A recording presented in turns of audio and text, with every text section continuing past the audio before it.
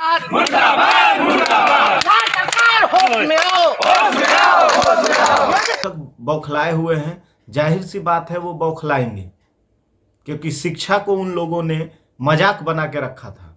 अपने बच्चे को प्राइवेट स्कूल में पढ़ाएंगे और गरीब के बच्चों के साथ जीवन के साथ खिलवाड़ करेंगे।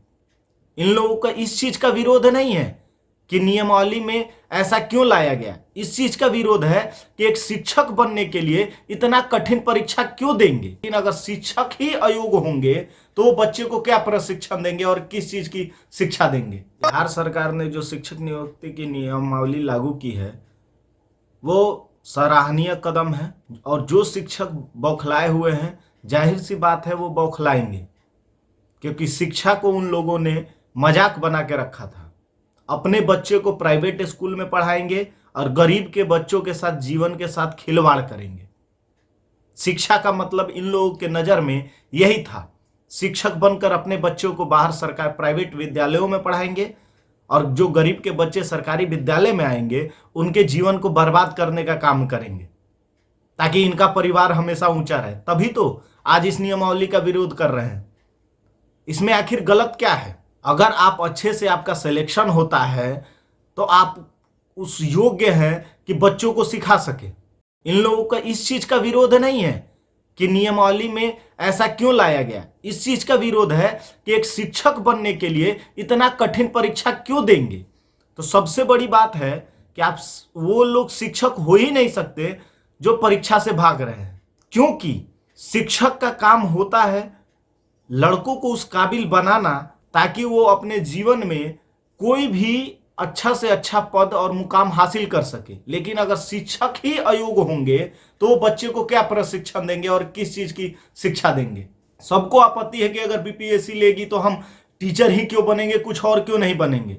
अरे मूर्खो, टीचर बनने का मतलब है कि तुम कईयों के जीवन बनाओगे, और बीपीएससी के थ्रू तुम कोई भी सरकारी जॉब करोगे तो तुम अपना विकास करोगे, ना कि किसी बच्चे के भविष्य के साथ खिलवाड़ करने का तुमको अधिकार होगा और ना ही तुम कर सकोगे।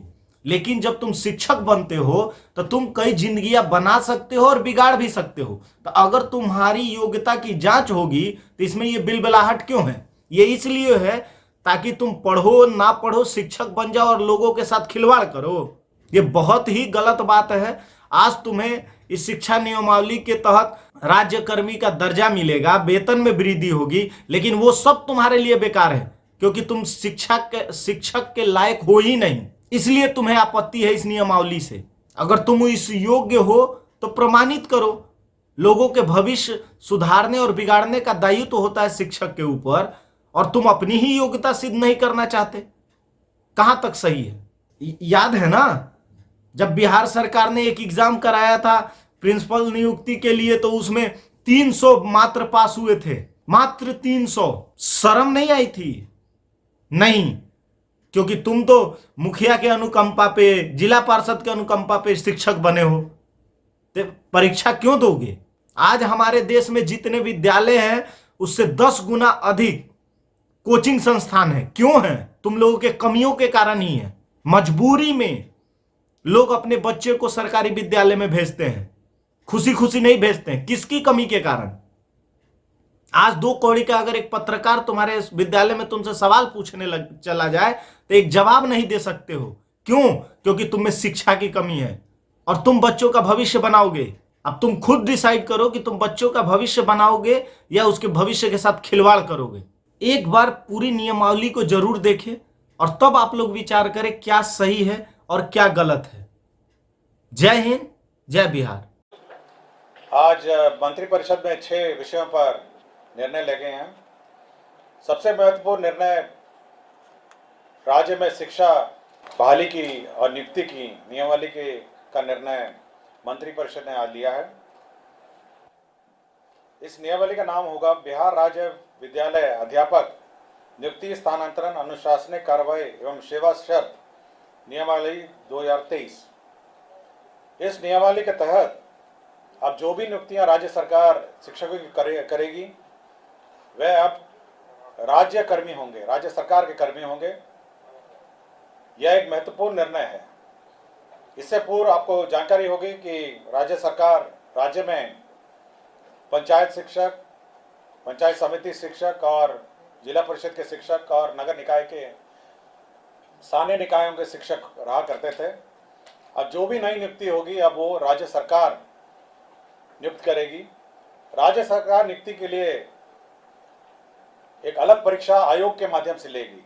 तो एक आयोग जो राज्य सरकार निर्धारित करेगी, हो सकता है बीपीएससी, हो सकता है कोई भी आयोग जो है जो निर्धारित करेगी, उसके माध्यम से राज्य सरकार परीक्षा लेगी और परीक्षा के माध्यम से ही अब नियुक्तियां होंगी।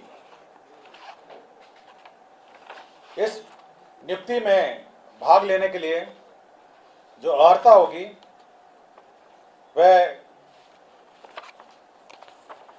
मैं पढ़ देता हूं। इसकी नियुक्ति की जो अनिवार्य अर्हता है, भारत के नागरिक हों और बिहार राज्य के स्थायी निवासी होना चाहिए, ये पहली अर्हता होगी।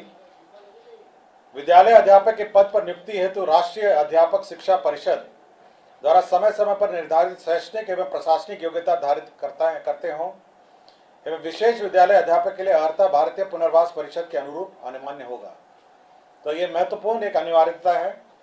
राज्य सरकार एवं केंद्र सरकार द्वारा समय समय पर आहूत शिक्षा पात्रता परीक्षा में उत्तीर्ण हो, परंतु वर्ष 2012 से पूर्व नियुक्त एवं कार्यरत शिक्षक जो दक्षता परीक्षा उत्तीर्ण होंगे के लिए शिक्षक पात्रता परीक्षा में उत्तीर्ण अनिवार्य नहीं होगा। विषय विशेष के लिए अलग से विशेष अर्हता का निर्धारण विभाग द्वारा समय समय पर किया जाएगा। तो ये बिल्कुल स्पष्ट होगा कि पहले तो आपकी जो परीक्षा होगी, जो क्वालिफाइंग एग्जाम है, जो राज्य सरकार और केंद्र सरकार के लिए पहले ली जाती थी, उसके क्वालिफाई करने के बाद ही आप सरकार द्वारा जो कमीशन के माध्यम से परीक्षा होगी उसमें आप बैठ पाएंगे। तो पहला एक एग्जाम जो सभी ने लिखा है, चाहे वो टीईटी हो और अन्य जो शिक्षा परीक्षाएं हैं, उसको क्वालिफाई करने के बाद आप राज्य सरकार के कमीशन द्वारा जो सरकार जो कमीशन निर्धारित करेगी उसके माध्यम से जो परीक्षा ली जाएगी, तो बहाली उसके माध्यम से होगी। इसमें न्यूनतम आयु निर्धारित है 21 साल और अधिकतम आयु सरकार द्वारा निर्धारित की जाएगी। जो सरकारी नौकरी में अधिकतम आयु है वह होगी, लेकिन जो 10 साल की नियुक्ति वर्ष का जो छूट होगा, इस नियमावली के प्रवृत्त होने के पश्चात नियुक्ति के प्रथम संव्यवहार में अधिकतम आयु सीमा में 10 वर्ष की छूट दे होगी। तो इसमें नियमावली में 10 वर्ष का छूट का भी प्रावधान है जो लोग पूर्व में नियुक्त होंगे। इसमें यह खासियत यह है कि इस परीक्षा में जो अभी वर्तमान में जिसको आप कहते हैं 7वें चरण या अन्य चरण जो हैं, वो लोग भी बैठेंगे, परीक्षा लिखेंगे। और साथ ही साथ जो अभी तक जो शिक्षक नियुक्ति जो गैर सरकारी शिक्षक हैं, जो सरकार के जो नगर निकाय और पंचायत स्तरीय और स्थानीय निकाय के शिक्षक हैं, वह भी इसमें बैठ पाएंगे। तो सभी प्रकार के शिक्षक जो हैं, जो अर्हता रखते हैं, वह बैठ पाएंगे और इस नियमावली के माध्यम से अगर अर्हता रखते होंगे तो कमीशन द्वारा जो परीक्षा ली जाएगी उसमें बैठेंगे। सभी जो कैंडिडेट्स हैं जो इस परीक्षा में लिखेंगे उनको 3 मौका दिया जाएगा। तो 3 बार लिख सकेंगे और 3 मौके के बाद वह नहीं लिख सकेंगे। जहाँ तक रिजर्वेशन की बात है, सारा राज्य सरकार द्वारा निर्धारित आरक्षण रोस्टर का पालन किया जाएगा और लेकिन साथ ही साथ जो आरक्षण है प्राथमिक एवं मध्य विद्यालय के मूल कोटि एवं स्थानक कोटि के विद्यालय प्रधानाध्यापक के पद पर प्रत्येक विषय में न्यूनतम 50% महिला अभ्यर्थियों की नियुक्ति की जाएगी। जो वर्तमान में शिक्षा में जो आरक्षण लागू है वह यथावत रहेगा, किंतु अन्य जो महिलाओं को छोड़ के अन्य जो राज्य सरकार का जो आरक्षण का नियम है वह लागू होगा। इसके साथ साथ अब सरकार के जो कानून है, सरकार के जो नियम है, सरकार का जो पेंशन है, सरकार का जो निर्धारित एनपीएस पेंशन है, ये सब लागू होगा। सरकार के जो आचरण है वो लागू होगा। यह नियुक्ति अब जिला संवर्ग के रूप में होगी, जिसमें जिला के अंदर स्थानांतरण का प्रावधान है और अंतर जिला का भी स्थानांतरण का विशेष परिस्थिति में प्रावधान है। संपुष्टि, सेवा संपुष्टि भी उसी अनुसार है, शिकायत अपील भी उसी अनुसार है। और कैबिनेट ने यह निर्णय लिया है कि अब अन्य किसी प्रकार से शिक्षा की नियुक्ति नहीं की जाएगी, शिक्षक की नियुक्ति नहीं की जाएगी। केवल जो सरकार द्वारा निर्धारित कमीशन है उसके माध्यम से परीक्षा होगी और उसी माध्यम से अब शिक्षा नीति होगी। यह बिल्कुल कैबिनेट ने स्पष्ट निर्णय ले लिया गया है। सप्तम केंद्र पुनरीक्षित वेतनमान संरचना में वेतन जो प्राप्त कर रहे हमारे सरकारी पदाधिकारी कर्मी हैं, उनको 1/1/2023 से के प्रभाव से डीए का जो रेट है वो 38 के स्थान पर बढ़ा के 42% हो गया है।